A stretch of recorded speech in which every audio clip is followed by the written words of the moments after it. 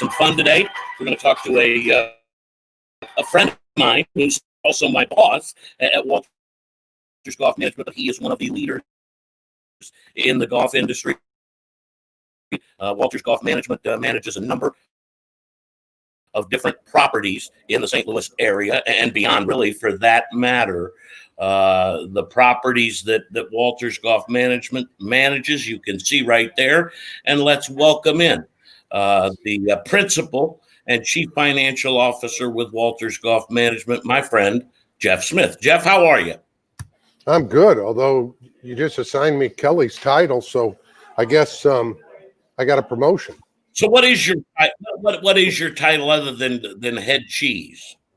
Well, I'm actually the CEO or managing partner, but in our organization, we really have 4 people just like that. We just each have different titles. Somebody had to be something. So I'm lucky enough to have 3 former employees of our properties, as you know, I was with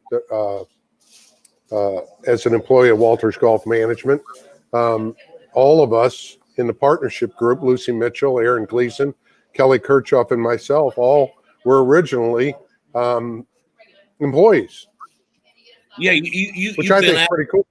Yeah, you have been at this for a while, and you've seen a lot of different things, but nobody could have predicted, Jeff, what you were going to see in March of 2020. So I want to start there with you. And I guess the question is, when COVID started to hit and all the news started to hit, what was your initial thought being in the golf business? That first thought before kind of we knew what things were going to be?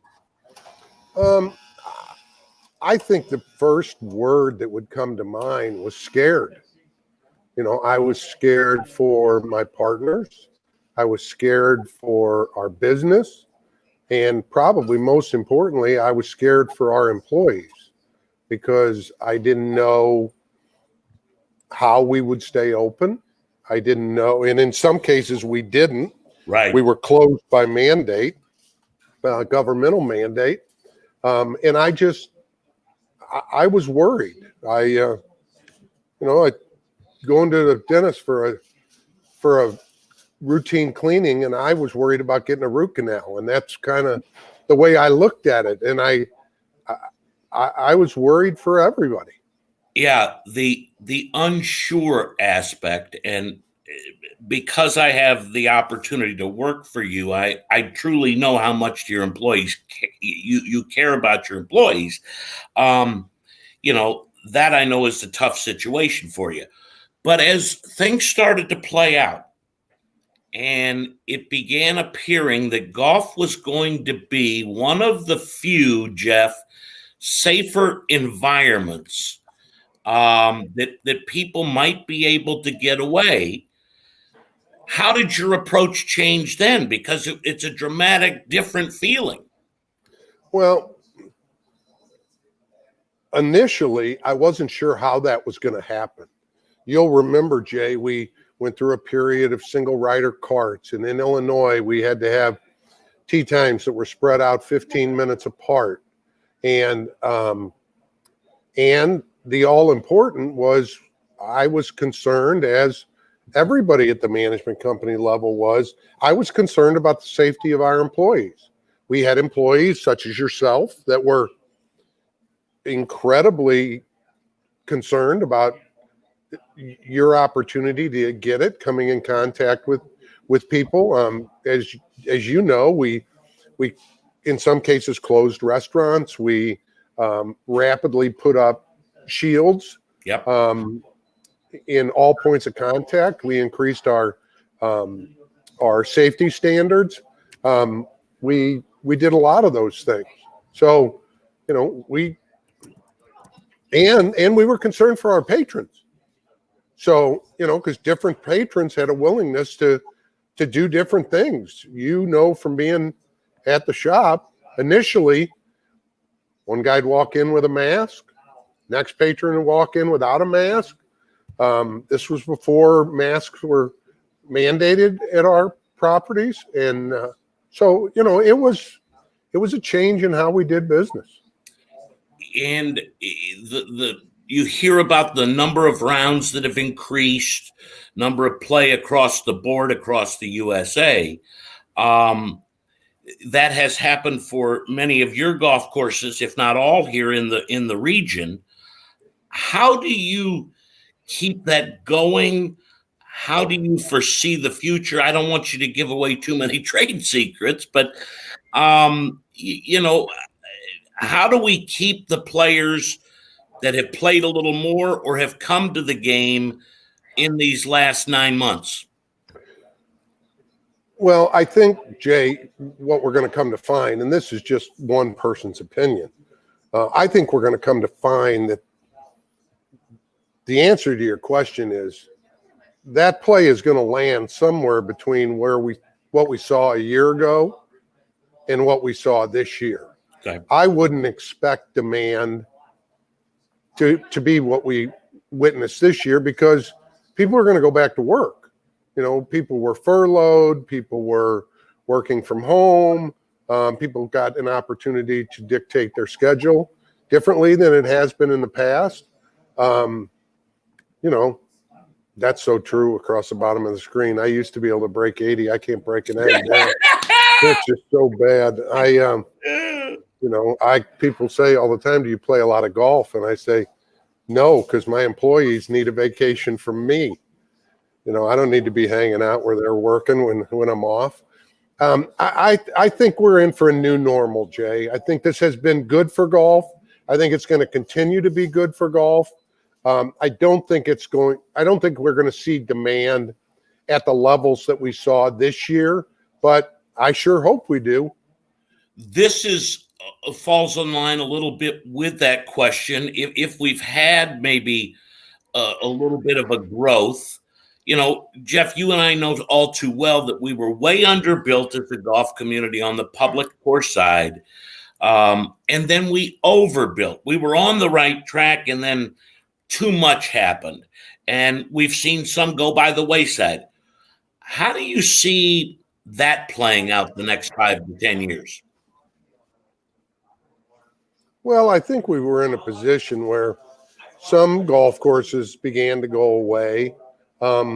Probably as operators, we would say not enough, because the more golf courses that here's the popular Eric Stisser, vice president for the St. Louis Blues, rolling in to get his afternoon round in.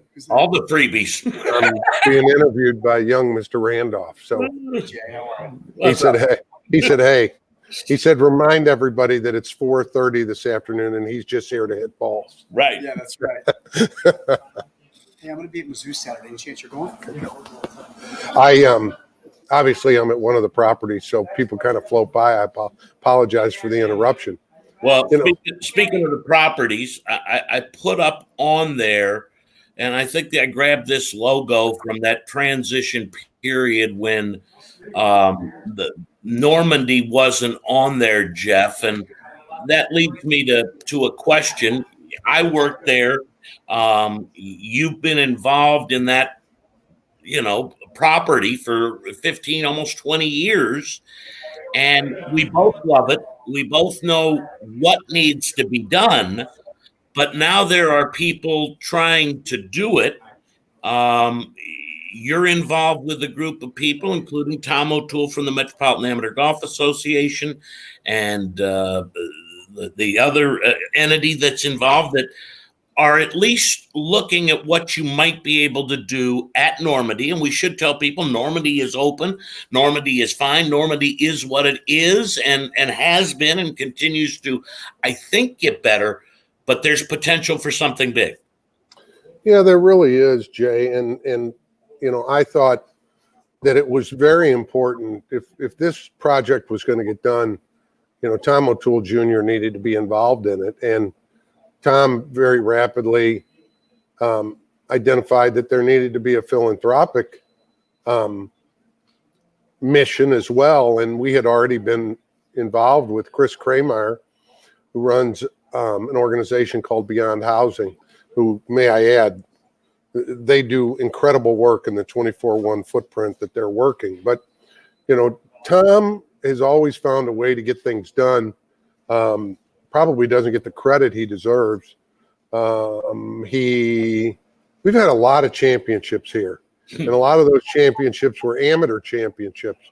And, sometimes you have to reflect that, yes, we had the 92 PGA championship where you and I really, our relationship was solidified in that year prior to that. But, golf in this town has gotten a lot of national attention, and most of that, somehow related to Tom and his group, the Metropolitan Amateur Golf Association. So obviously we have Kurt Rowe, their executive director, involved in the process of helping us get a renovation program together, and Rich Rifle. And a lot of people may or may not know Rich. I think today Rich directs the wealth management in the First Bank, and he's an adjunct professor at the Olin School of Business at Washington University, and spent quite a bit of time working to restructure and reaccredit the Normandie School District. So he's very well versed. Rick Meyer has jumped in to help us as well. So at this point, it's a group of 6. It's about to become a mightier group. And we think we're moving in the right direction. We have started our fundraising efforts. We have not gone crazy in that regard because the entire COVID situation, we didn't feel was the time to be going out and asking people for money. It was a time for us to get our structure together, get our plan together, do the work that needed to be done to take the Normandy project to the next level. No question about it. That is something that I think a lot of golfers in St. Louis and beyond will pay attention to. You make a statement when you're over at the golf course sometimes that is so true, and I don't know that the customer understands it. At your properties, based on dynamic pricing, the customer essentially sets the price. You may have a baseline number, but that can move either way. Explain, without getting too in depth, the algorithms and this and that, what dynamic pricing is and why you think it works not only for a golf course owner, operator, manager, but for the consumer. Well, let's start with the consumer. And I think it's simple. Every golf course with dynamic pricing has the ability for the right player to find the right time at the right price. For a long part of my career, I was under the impression that all players were price sensitive. And while everybody does consider price, what I was taught was there's a large number of players that are time sensitive. They are the players, and I'll just give you some examples. A father of 2 under the age of 7, whose wife says, yeah, you can go to the golf course and play, but I need you back here by 11 o'clock because their soccer games or I've got somebody, or it could be the wife coming to play, and the husband needing, her back by a certain time. That player is a time-sensitive player. That player is willing to pay to play exactly when they have to play in order to get their game in. There's some people that want to play really fast. People who want to play really fast typically have to play in the first hour of the day. Around Gateway, those guys is Ray and Tony. Right. They're off first light. I don't know where they're going, but they're going there quick. Yeah. So they both seem retired, but they could probably get to work on time. It is unique because there are categories and we saw, especially at Gateway this year, and you brought it up earlier, Jeff, with the COVID situation or working for home or maybe working a couple of less hours, a time of day that you used to almost feel like If we don't put a couple of leagues out, we may be losing revenue. We started to see a dramatic increase in that 2 o'clock to 5:30 area. No question. I mean, people got to plan their own schedule. They got their work done and they came out and played. I think some of that was a product of working from home. Some of it was there weren't other activities that they could get involved in. Right. So, golf was probably one of the few beneficiaries of from a business standpoint of what happened. Now, I will look you right in the face and tell you, while it's been ultimately good for the game, we did lose 6-7 weeks. So we've had the opportunity to kind of fill that void. We did not play one round of golf in the month of April at our Illinois properties. So we've had that opportunity. If we could roll it all back, I'd start 2020 all over again without COVID. And, we've seen some people close to us get sick. Some have been sicker than others. I lost one friend in February before they identified, what COVID really was. We thought it was double pneumonia, but I look back today and it was probably one of the first cases of COVID. So, the golf industry kind of needed a break, but I wish it hadn't been COVID that provided that break.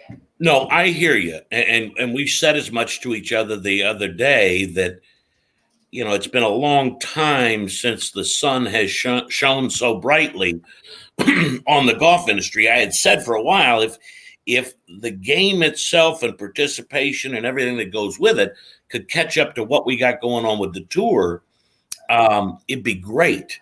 It'd be huge. And we're getting there. And I think it's going to continue because people are enjoying it.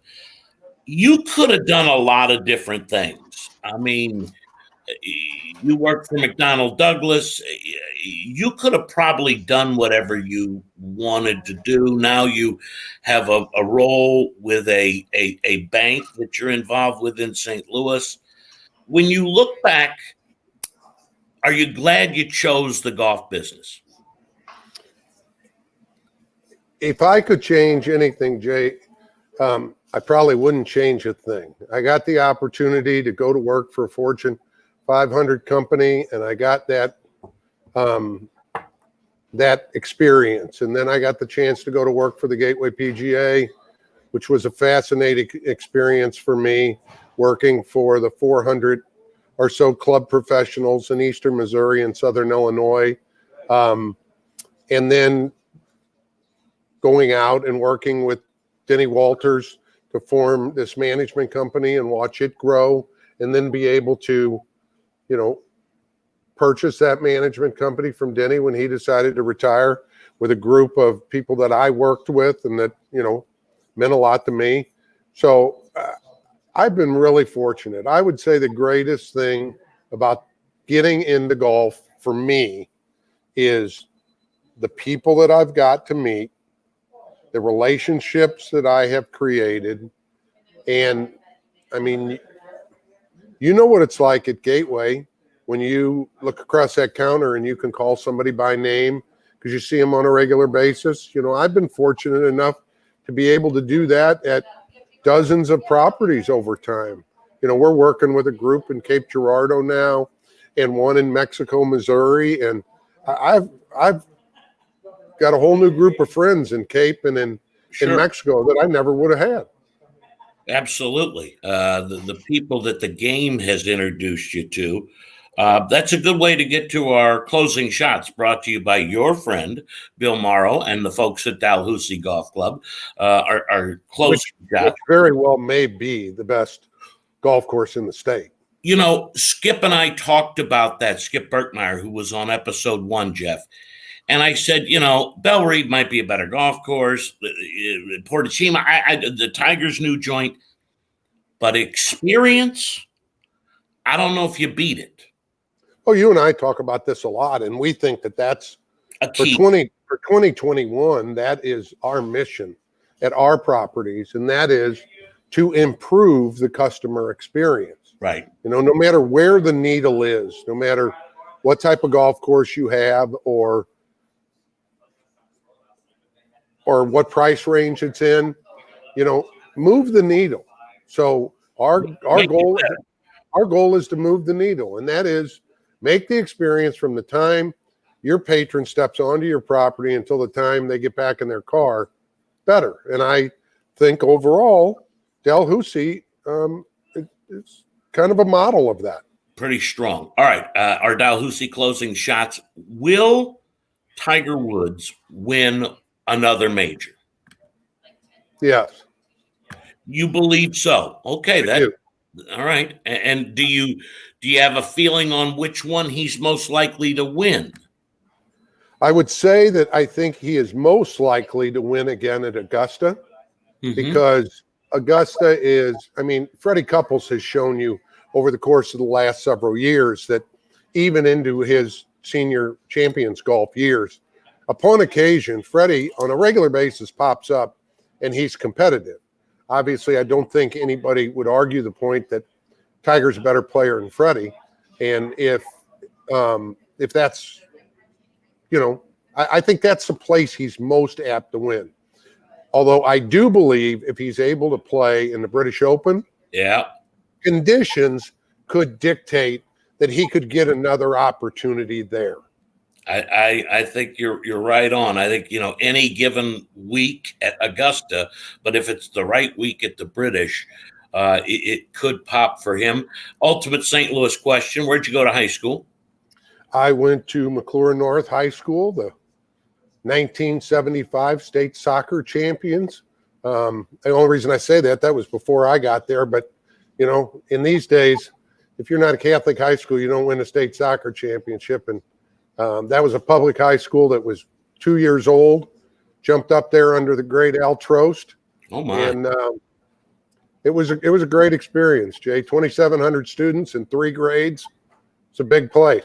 Oh, no question about it. And lastly, and I don't want you to use OB Clark's because that's a layup for you. So give me someplace other than, your normal haunt, OB Clark's.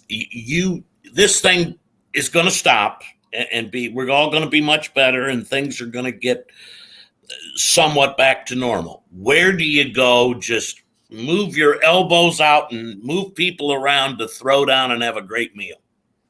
Well, there's 3 places. 3. Just jump right out the mind. And I'm going to be able to afford it because we haven't been able to go anywhere. So we've been saving all those out to dinner shekels. And, the first would be, in no particular order, lifelong relationship with the Pietosa family. So I'm jumping over and grabbing a veal chop, salt and Boca style, at Cafe Napoli. Okay. Might even have a little Gabbiano with it. Next would be the Charcoal House. I'd skip over and get the tenderloin tips that George and Steve put together. And lastly, but certainly not lastly, I very much look forward to the new dining experience at Tony's in Clayton when James Bomarito gets that baby open there in the Centene building. I tease him all the time. He's a patron of ours at Gateway. He likes the game. I just want to find a way on that first night to throw down that lobster albanella because let me tell you, it's like no other. Of course, it's so rich. By the time I get home, I'm like, oh my God, maybe I shouldn't eat the whole thing. But those are my 3. Yeah, you can see Smitty's done some living before if he calls those 3 his spots. I'd go to lunch at Annie Gunn's. Skips was Annie Guns, so you guys are kind of thinking in the same light. My man, I know this has been an interesting year, and it's been testing, and we've learned a lot about the game, and I think moving forward it should be good. I hope so, Jennings. I know you had a lifelong passion for the game. I got introduced a little later, but you know, it's a game of a lifetime. They always said that. And for those of you that are coming back to the game, come on back. For those that are involved today, play more.